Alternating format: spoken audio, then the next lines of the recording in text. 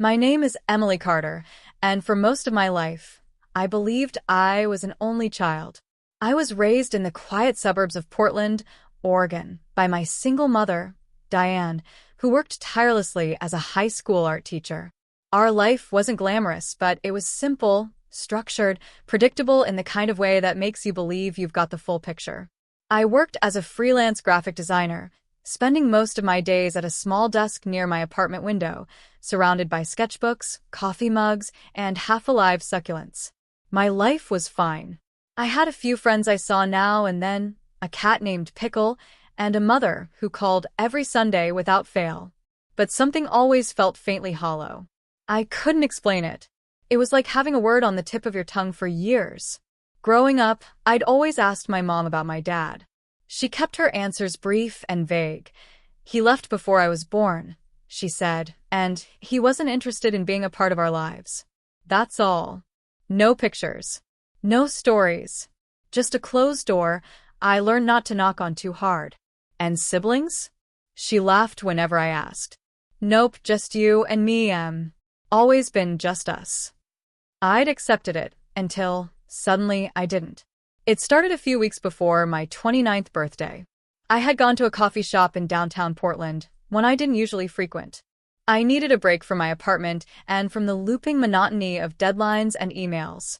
As I stood in line, scrolling through my phone, I felt a strange sensation, like I was being watched.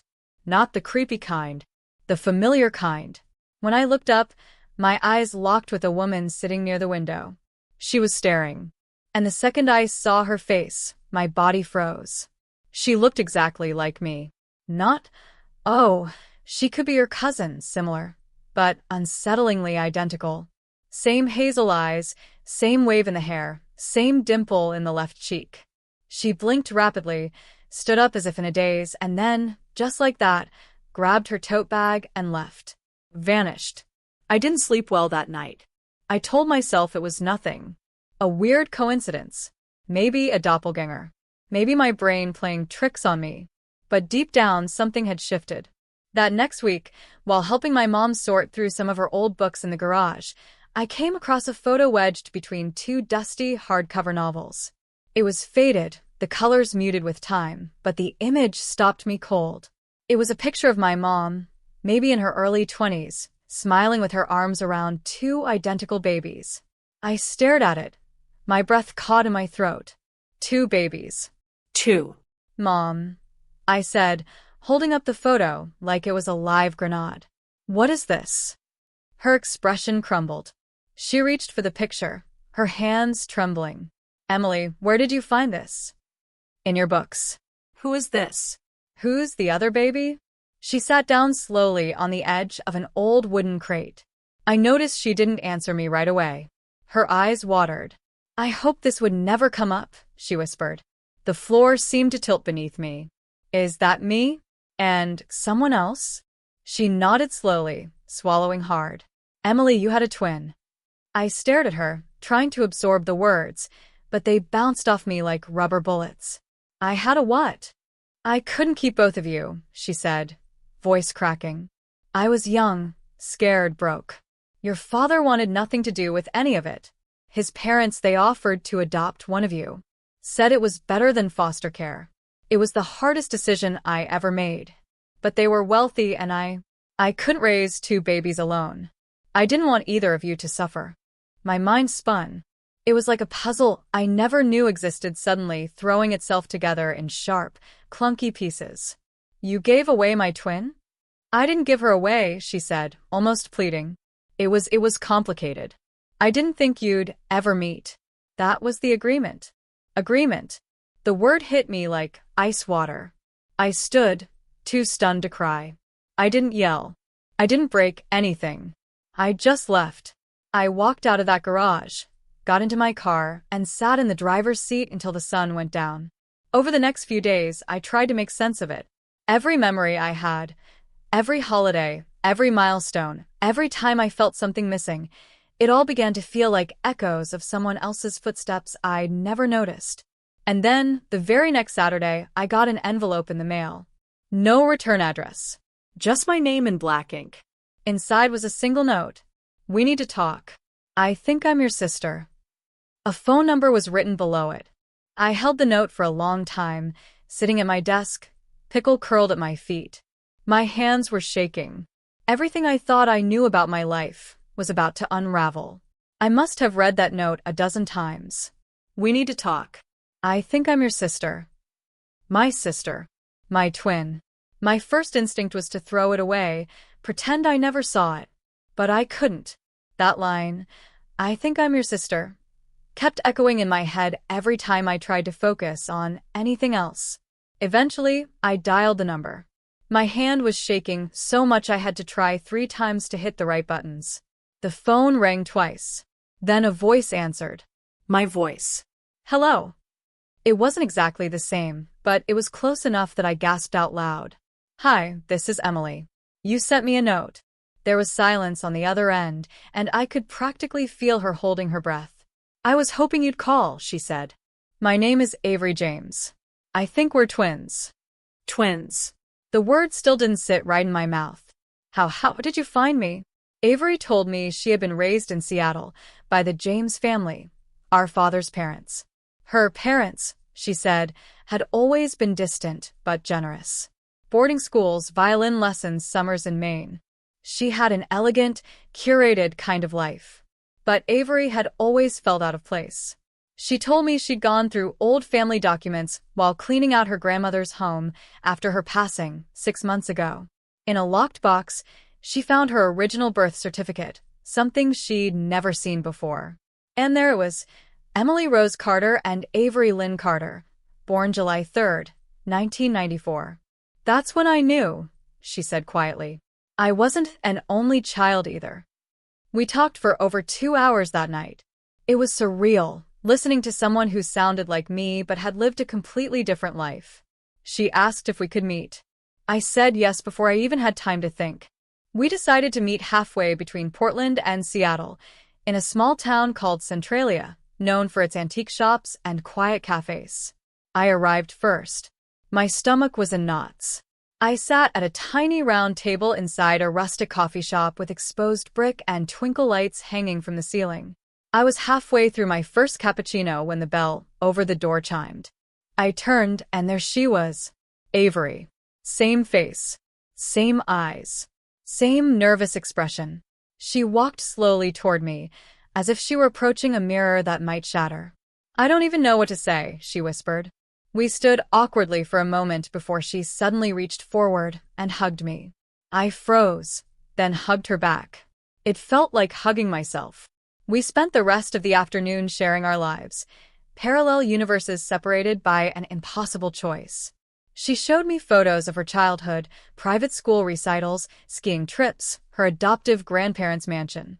I showed her pictures of my mom and me painting our tiny porch or decorating a lopsided Christmas tree. So different, Avery said softly. But we were born on the same day, in the same hospital. I don't even know who I am anymore, I admitted. But as we continued talking, strange patterns started emerging. We both hated strawberries. We both loved rainy nights. We both doodled the same spiral pattern when we were nervous. It was uncanny. Still, Avery seemed tense. Even though she smiled, something in her eyes was distant, guarded. Is something wrong? I finally asked. She hesitated, then leaned in. I didn't just come here to meet you, she said. I need your help. My stomach dropped. What kind of help? She pulled a small envelope from her purse. Inside were photocopies, court records, legal letters, and a DNA test. The papers revealed a lawsuit between her grandparents and my mother, something about custody and parental rights that dated back nearly 30 years. I think they tried to block your mom from ever contacting me, Avery said. They told me my mother died when I was born. But they lied. They paid for full custody and erased everything. I think they even changed my name on the documents. I couldn't speak. All my life, I thought I had been raised by the only parent who cared. But now, it seemed like she had been fighting to keep both of us, and lost. Avery sighed. I don't know what I'm supposed to do, but I can't pretend anymore. I need to know what really happened, and I need to meet her, Diane, your mom. The thought of introducing Avery to Mom felt like handing over a live wire. I hadn't spoken to her since the photo incident. I'd ignore her texts, missed her calls. I didn't know if I was ready to face her again. But Avery looked at me with something close to desperation. "I don't have anyone else who understands," she said. "You're the only person who can help me make sense of this." I nodded slowly. Okay. "I'll take you to meet her." We drove back to Portland the next day. I texted Mom that morning, brief and cautious. "Can I come over? I need to talk. It's important." She replied almost instantly. "Of course. Always." When we arrived at my mom's house, Avery sat stiffly in the passenger seat. She wore a cream-colored sweater and clasped her hands so tightly they turned white. "You ready?" I asked. "No," she whispered, "but let's do it anyway." I rang the doorbell. A few seconds later, the door creaked open. My mom looked like she'd seen a ghost. Her eyes flicked to Avery, then back to me, and she swayed slightly. "Oh my God," she whispered. Avery stepped forward. Hi, she said. I think I'm your daughter." Mom stared at her for a long, heart-wrenching second before her knees buckled, and she had to grab the doorframe to steady herself. I caught her, guiding her to sit down. She reached out a trembling hand toward Avery. "I never stopped thinking about you," she choked. "Not for one day." For the first time in years, I saw my mother cry. And not just cry, break. Her voice cracked, her hands shook, her grief came flooding out. Avery sat beside her, silent tears rolling down her cheeks. There were no answers yet. No clear resolution. But for the first time in my life, I wasn't alone. And neither was she. That night, I couldn't sleep. I lay in bed with the ceiling fan spinning slowly above me, listening to Pickles snore softly at the foot of my bed. My mind kept circling the image of my mother and Avery sitting across from each other, mirrored grief on their faces. My mother had barely let go of Avery's hand since she arrived. She apologized, over and over. For not fighting harder, for staying silent, for choosing what felt like the lesser of two evils. But Avery wasn't angry. Not yet, at least. She was too overwhelmed. I, on the other hand, was drowning in questions. Why didn't my mother tell me the truth when I was old enough to understand? Why did she let me grow up with this invisible gap in my life? And why now? Why was everything unraveling now? The next morning, I made coffee for both of us and handed Avery a steaming mug. We sat at the kitchen table, the weight of our shared blood pressing heavily in the silence. "I don't know what to do," I finally said. "Part of me wants to run from all of this, and part of me wants to burn it all down until I get every answer." Avery gave a quiet laugh, sipping her coffee. "That's how I've felt since the day I found the birth certificate. But I can't walk away from it anymore. I need to know who I really am." We both do. She was right. No matter how hard I tried to tell myself that I could go back to my old life, to my routines, my freelance gigs, my safe little world, I knew that was gone. Shattered the moment I saw her face. I looked at her and said, "Okay, let's find out the whole truth." The first thing we did was go through Mom's storage unit. She had never thrown anything away, boxes of baby clothes, photo albums, letters, even receipts from the 1990s. We sat cross-legged in dust and cobwebs, pulling out pieces of a puzzle that had been kept hidden for decades. One box was labeled Hospital Docs, July 1994. Inside were medical records from St. Anne's Hospital, where we'd been born. But something didn't add up. There were two bracelets. One said Baby A, Emily Carter, and the other, Baby B, Ava Carter. Ava. I asked, holding up the bracelet. Avery's face went pale. "That's my original name. I had it changed legally when I was adopted. My grandparents renamed me Avery. I didn't know this bracelet still existed." "So our names were changed." "Our identities altered." "Why?" "And by who?" Mom didn't have all the answers. But she confirmed something important. "They offered me a deal," she said, sitting on the edge of her bed that night, looking exhausted. "Your father's parents said they'd take Ava and raise her in luxury, away from all the pain. They made me sign a confidentiality agreement, said it was the only way they'd support her. I was young and scared, and I believed them when they said it was best. You didn't even fight? I asked, trying to keep my voice from shaking. I fought in my own way. I wrote letters, dozens of them. I sent gifts. I called, but they always said you didn't want contact. I didn't know what else to do. And after a while, I gave up. I'm not proud of it. Avery reached out and took her hand. I don't blame you. Not now. I just want to understand it all.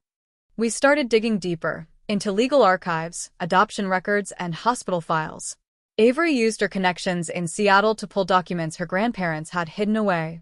What we found chilled me. It wasn't just an adoption, it was a cover-up. Her grandparents had filed for emergency custody days after we were born, citing unfit maternal conditions. But the report was a lie, filled with fabricated details about my mom's mental health and finances. Someone had made sure the court sided with money over truth. I think they bribed the hospital administrator, Avery said, pointing to a signature on one document. This name came up in other sealed cases. Same lawyer, same outcome. Our father was listed on none of it. Do you even know who he is? Avery asked me one night, her voice cautious. I shook my head. Mom never talked about him. She said he didn't want us. Well, I want to know who he is, she said, and why he let all of this happen. So we dug. Old social media searches, court records, a DNA ancestry test. And after a few weeks, we found a name, Nathaniel Ward, our biological father. He lived in Eugene, Oregon, about a 2-hour drive from Portland. And he was still alive. I want to meet him, Avery said. I'm not sure I do, I admitted. Emily, we need to see this through, even if it hurts. She was right. Again. So, we made a plan. We'd visit him, together. But it wouldn't be a surprise. Avery reached out through a mutual contact she found online. A woman named Claire, who turned out to be Nathaniel's sister, our aunt. Claire responded within hours. She was shocked but kind. Said Nathaniel had never told anyone about having kids, let alone twins. But she believed us. She invited us to come the following weekend. I didn't know how to prepare. What do you wear to meet the man who vanished from your life before you could even speak? That Friday, as we packed bags for Eugene, my mom came into my room. I know I made mistakes, she said. But I'm proud of you for facing this. Both of you. Just be careful. Nathaniel wasn't a good man when I knew him. What happened between you two? I asked. She hesitated. He was charming at first. But once I got pregnant, everything changed. He didn't want kids. And his family, they thought I was beneath them. I was scared of what they'd do. And now, I guess, I found out. I hugged her. Unexpectedly. Maybe I wasn't ready to forgive her completely. But I understood her better now. That night, I sat beside Avery on the couch, flipping through the few photos we'd found of us as babies. Do you think this changes who we are? I asked her. She smiled. I think it reveals who we are. Pieces we didn't even know were missing. As we drifted into silence, I realized that our journey had just begun. We had uncovered the lies. Now it was time to confront the people behind them. The drive to Eugene was tense. Avery barely spoke, and I couldn't stop my mind from spinning in circles. What if he slammed the door in our faces? What if he denied everything? Or worse, what if he didn't even remember us? Claire, our aunt, had arranged the meeting at her home, a modest house on a quiet, tree-lined street. She wanted to be there in case things got emotional. That was an understatement. We parked on the curb, just shy of her driveway.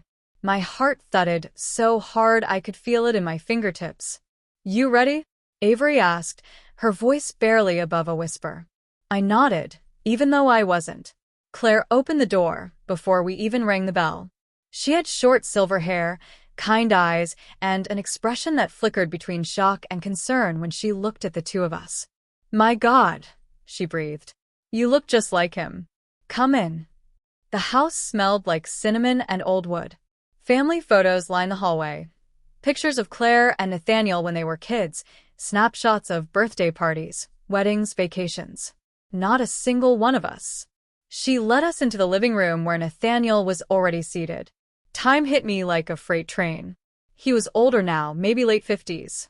His once dark hair had turned mostly gray, and deep lines carved the edges of his eyes. But his presence was undeniable. Even seated, he felt like a force in the room. He looked at us and froze. His glass slipped slightly from his hand and landed on the table with a soft clink. He stood slowly, mouth slightly open, as though trying to find words but failing. Then he said it, quietly. Emily. And Ava. Avery flinched. I go by Avery now, she said stiffly. He nodded, emotion catching in his throat. I don't even know where to begin. I didn't realize I was shaking until I clasped my hands in my lap to steady them. Try the truth, I said. Nathaniel sat down and leaned forward, elbows on his knees. I knew your mother was pregnant. I just didn't believe the kids were mine. My parents, your grandparents, told me they'd handle it, that it was probably some mess she was trying to drag me into. And you just let them take your daughter? Avery said sharply. You let them tear us apart like we were property? He looked genuinely stricken. I was a selfish idiot back then. I was 22 and terrified. My father threatened to cut me off if I didn't go along with their plan. I convinced myself it was for the best. For the best, I said, standing. You erased us. You let your family lie and manipulate a young mother. You turned away. He covered his face with both hands, exhaling a long, ragged breath. I know, and I regret it. Every single day. Avery remained quiet. I could tell she was holding back a flood of emotion. Claire stepped forward. I found out the truth years later, after it was too late to do anything. But I want to help now, if I can. You both deserve to be part of this family, if that's something you even want. I don't know what I want, I said. I'm still trying to understand what part of my life was real. Nathaniel reached into a nearby drawer and pulled out a faded envelope. I kept this, he said. It's the only letter your mother ever wrote to me after the adoption. I never replied. I didn't think I deserved to. He handed it to me. The handwriting was unmistakably my mom's, fluid, soft cursive. Nathaniel, I don't know if you care or if you'll even read this, but your daughters are beautiful. Both of them. I hope someday you find the courage to be part of their lives, even if it's too late for me to trust you again. They deserve to know where they came from. They deserve more than silence. The paper trembled in my hands. I looked up. You could have changed everything. Why didn't you? Nathaniel met my gaze. Because I was weak. And ashamed. And by the time I realized what I'd lost, I thought it was too late. For a long moment, no one spoke. Then Avery finally stepped forward. You don't get to erase what happened, she said. But maybe we don't have to erase you. Not completely. His eyes glistened. I don't expect forgiveness. But I want to try. If you'll let me. I turned to Avery. Her chin trembled, but she nodded slowly. We both felt it, conflicting emotions tangled in one impossible knot. Grief, rage, longing, but also curiosity. A crack in the wall we'd built. We stayed for dinner. It was awkward and quiet at first, but slowly, stories began to emerge. Nathaniel told us about his years working in real estate, about his failed marriage, about how he spent years looking for something to fill a void he never quite understood. I think the void was you too, he said quietly, even when I didn't admit it to myself. As night settled, Claire pulled out an old photo album, one Nathaniel had never let her throw away. Inside was a single baby photo of us, taken in the hospital before the separation. A nurse must have snapped it. We were bundled together, eyes closed, faces nearly identical. I reached out and touched the photo. My fingers trembled. This was real, I whispered. We were always meant to be together. Avery took my hand. I used to dream of someone standing beside me in a mirror, she said softly. I thought I was going crazy, but it was you. Tears finally broke free and slid down my cheeks. There, in that modest living room, under soft yellow lights and with too many unanswered questions still lingering in the air, something shifted. We didn't get closure that day, not entirely. but we got something better. Truth. And the chance to rebuild what was stolen from us. The days that followed were filled with unease. Every time I looked at Avery, it felt like I was staring into a mirror, not just physically, but emotionally. The way she tilted her head when confused, the way she tapped her foot when nervous, it was like watching a version of myself I never knew existed. But while I was still processing this emotional earthquake, Avery seemed on a mission. One night, we sat on my back porch, the air humid and still. She pulled out a wrinkled manila envelope from her bag and handed it to me.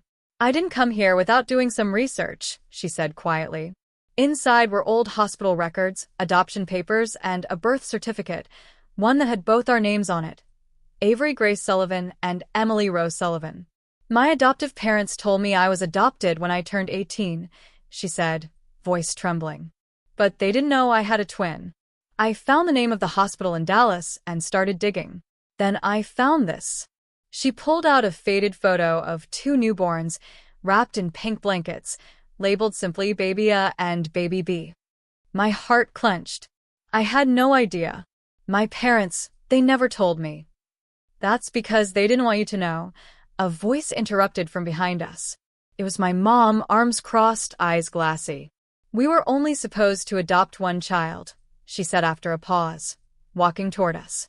"It was a closed adoption. The agency made a mistake. They didn't know there were twins at first. Your father and I, we only had the resources for one. They said another family would take the second baby. We didn't ask questions." I stared at her, stunned. "So, you just took me and forgot about her?"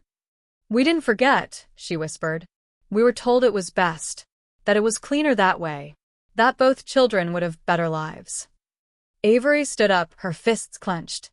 I spent my whole life wondering why I didn't feel complete, why I always felt like someone was missing. Tears burned my eyes. The truth was like a fault line splitting open beneath our feet, and none of us knew if we could patch it back together. After the truth came out, the air around our home felt like broken glass, sharp, fragile, and uncomfortable to step through. My mom apologized repeatedly, but the damage was done. Avery stayed in a hotel for a few nights while we all tried to figure out where we stood. And yet, even in the tension, Avery and I couldn't stay away from each other. We started meeting in neutral places, coffee shops, bookstores, parks, trying to learn about the lives we'd lived apart. She told me about her love for animals, how she worked at a vet clinic in Houston, and her passion for painting. I shared how I played piano, how I worked as a marketing manager, and how I always felt like there was a part of me I didn't understand. "I used to dream about someone who looked just like me," Avery said one evening, as we sat by the lake. "I thought I was losing my mind. Now it makes sense." We even laughed together, which surprised me. She had my laugh, light and quick, like a sudden burst of wind. It was eerie but comforting. Still, rebuilding our bond wasn't just about shared DNA or similar quirks. It was about trust. One evening, I brought a photo album from my childhood to our favorite diner and slid it across the table to her. "These are the moments you missed," I said softly. She flipped through it with careful hands, Christmas mornings, school recitals, birthday parties. Her eyes welled up, but she didn't cry. She looked at me and said, "Let's not waste any more time." From that day on, we made a pact. Every Sunday, we do something together. Mini golf, bowling, baking disasters. We made new memories to make up for the ones we never got. Eventually, Avery moved in with me while she searched for an apartment. The space filled with laughter, inside jokes, and long conversations about everything and nothing. We were learning to be sisters, not strangers. The wound of our separation hadn't healed completely, but something new was blooming, something deeper than shared blood. A connection carved out by choice, by effort, and by love. And for the first time, I didn't feel like half a person anymore. I felt whole. While Avery and I were slowly weaving together the strands of a shared life, the rest of the family wasn't adjusting so smoothly. My mother, still tense from years of holding in secrets, kept trying to insert herself into our time together, as if she could patch over the truth with muffins and movie nights. But no amount of sugar-coated efforts could erase the fact that she had stolen something sacred from both of us. One evening, after Avery and I returned from a weekend trip to the mountains, we found her pacing the living room, eyes red and jaw clenched. "I just want things to go back to normal," she said. "What part of this is normal, Mom?" I replied, not unkindly. "You lied. To both of us. For decades." She turned to Avery. "I had to make a choice. I didn't have the resources to raise 2 children. I thought this was best." "But you didn't give either of us a choice," Avery said quietly. The silence after that was heavy. She had no response, and we had no more patience. Dad, on the other hand, took a very different approach. He didn't say much at all. When we finally confronted him one-on-one, he looked at Avery, then at me, and said, "If I had known, I would have fought for both of you." That stung. He wasn't the one who made the decision, but he hadn't exactly been present enough to stop it either. As weeks passed, a quiet divide formed. Avery didn't want to come around the house anymore. I couldn't blame her. I was torn between the love I had for the people who raised me and the newfound loyalty I felt toward the sister I'd been denied. One afternoon, as we sipped coffee on the porch, Avery said, "Do you think we'll ever feel like one family?" I stared at the horizon. "I don't know, but maybe that's not what we need. Maybe we just start from where we are." That became our new truth. We didn't try to force forgiveness or glue the family back together like nothing had happened. Instead, we honored what had happened. The loss, the reunion, the anger, the beauty, the beginning of something different. Avery eventually found her own apartment downtown. It wasn't far, and we still had our Sunday rituals. We also started planning a podcast together, one about sibling relationships, secrets, and reunions. Telling our story felt like reclaiming it. As for Mom, she was working on herself. Therapy, journaling, long letters she sometimes gave us, sometimes kept for herself. She was trying, and while that didn't erase what she did, it gave us something to work with. We were no longer pretending to be the family we once were. We were choosing, piece by piece, to become something new. And sometimes, choice is more powerful than fate. It was only a matter of time before our story slipped out into the world. Avery had casually mentioned it at work, and someone who knew someone ended up posting a vague update on a community Facebook group. Within days, our inboxes flooded. Reporters, bloggers, long-lost family friends, even distant cousins we barely remembered were sending us messages with phrases like, "I always wondered why your mom disappeared for a while," or "I knew something was off back then." It was surreal. We had grown used to our quiet bubble, just the two of us learning to be sisters. But now, the world wanted in. A local journalist emailed us and asked if we'd consider doing a human interest piece.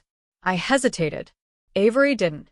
"If we tell our story on our terms," she said, "we take back control." And so we did. The interview was raw and real. We talked about the shock, the betrayal, the joy of rediscovery. We didn't villainize our parents, but we didn't protect them either. We spoke like two women reclaiming their identities after years of being kept in the dark. When the article was published, the reaction was overwhelming. Some praised our courage. Others criticized our mom. A few called us liars. But mostly, people reached out with stories of their own: separated siblings, adoption secrets, family betrayals buried under decades of silence. Our story had struck a chord. A podcast producer contacted us next, offering a deal to host a mini-series about hidden family truths. This time, it was my idea to say yes. Sharing what we had been through was no longer about healing for just us. It became a bridge for others walking similar paths. We called it Double Life. And the very first episode? Our story, raw and unfiltered. Recording that episode was one of the most emotional things I've ever done. Avery and I sat in a tiny studio, headphones on, voices trembling as we relived the moment we first saw each other. The mirror-like shock, the tears, the questions, the silence that followed as years of life caught up to us. The world listened. The response was immediate and powerful. Our podcast climbed the charts. Emails poured in. A woman from Oregon told us she finally confronted her mother about her own adoption. A man in Atlanta said he reconnected with his estranged brother after years of silence. We became, in a strange way, a beacon. I never imagined my biggest heartbreak would turn into something bigger than me, bigger than us. But in sharing our truth, Avery and I found something neither of us had ever really known before, not just sisterhood, but purpose. The story that shattered our world was also the story that rebuilt it. And this time, we were writing it ourselves. It was Avery who pushed for the meeting. "I need to hear it from her," she said one night, her voice tight with something between anger and sorrow. "I need to know why she left me, why she chose you and not me." I understood. Even though I was still trying to process my own complicated emotions, resentment, guilt, confusion, I couldn't deny her the closure she deserved. So, with trembling fingers, I called our mom. She agreed to meet. Hesitant, quiet, but she said yes. We chose a small, neutral cafe outside town. No reporters, no drama. Just us, face to face. When Avery and I walked in together, the entire place seemed to still. Our mom sat at a corner table, nervously stirring a cold cup of tea. She looked smaller than I remembered, more fragile. When her eyes landed on Avery, they welled up immediately. She didn't say anything, just reached out a hand, as if to prove to herself that Avery was real. "I'm sorry," she whispered, before we even sat down. "I'm so sorry." For a while, none of us spoke. There were no scripts for moments like these. Avery finally broke the silence. "Why?" she asked. "Why did you give me away and keep her?" The answer wasn't simple. Our mom explained that she had been young and scared, barely out of college, with no family support and an unexpected pregnancy. When she found out she was having twins, she panicked. Our father had disappeared the moment she told him. Her own parents, ashamed of her mistake, had offered to pay for one baby to be adopted quietly. "She was the one I had to let go," she said, voice cracking as she gestured to Avery. "They told me I couldn't keep both. I chose the easier lie." "And me?" I asked. "Why didn't you ever tell me?" "I wanted to," she admitted. "So many times. But once the lie began, it grew roots. I was afraid if I told you, you'd hate me, that you'd never forgive me." Avery's jaw clenched. "You let me grow up without a sister, without a mother. You made a decision that changed everything for both of us." Tears spilled freely now from all three of us. "I know," Mom said. "And I'll never stop paying for it." It wasn't forgiveness. Not yet. But it was something. A beginning. Avery stood up first. She didn't hug her, but she didn't walk away either. "I don't know if I can forgive you," she said plainly. "But I want to understand." I followed her lead. "This is messy," I added. "But maybe it's time we start cleaning up." We left the cafe side by side. Not whole, not healed, but no longer buried beneath silence. The truth had shattered everything. Now, piece by piece, we were building something new. 6 months had passed since that day in the cafe. Life didn't magically smooth itself out. Rebuilding a bond, especially one we never knew was missing, was messy. But Avery and I were determined. We started small. Weekly calls turned into daily check-ins. Inside jokes began to form. I'd catch myself thinking of her before big decisions, wondering what she'd say. There were still rough moments, resentments that bubbled up, unspoken grief that clung to the edges, but we were learning each other like two halves of a mirrored puzzle. And the most beautiful part? It felt natural. One Saturday afternoon, we sat on a park bench watching the sun paint golden streaks across the lake. Our resemblance still startled me sometimes, same jawline, same dimple on the left cheek when we smiled. Except now, I no longer felt like I was looking at a stranger. "I got the job," Avery said, barely able to contain her grin. "The museum gig?" I asked, eyes wide. She nodded. "They want me to curate their upcoming exhibit on identity and heritage." I told them our story. My eyes welled. "That's perfect, Avenue. That's so you." She shrugged, though her smile never faded. "Maybe it's time we stop hiding." Our story could help people. I nodded, my heart swelling with a strange mix of pride and humility. Our mom had started therapy. She was working on herself, slowly peeling back the shame she'd carried for decades. The three of us now had monthly dinners. Still awkward. Still healing. But something was different now. Honesty. Sometimes I'd wonder who I might have been if Avery had grown up beside me. Would I have been braver? More grounded? But those questions didn't haunt me like they used to. We had now. That was enough. One evening, we stood in front of a mirror together, dressed alike just for the fun of it. We laughed at how ridiculous and amazing we looked. I used to feel incomplete and never knew why, Avery said softly. Me too, I replied. Now I know. She reached over and linked her pinky with mine. We're not missing pieces anymore. No, I smiled. We're the whole picture. We've begun telling our story to more people, interviews, podcasts, even schools. Not for fame, but because stories like ours remind people that truth, no matter how delayed or painful, can still be liberating. That family isn't defined only by blood, but by what we choose to build together. I thought I was an only child. I thought my story was already written. But the day my twin sister showed up, everything changed. And in that change, I found not just her, but myself.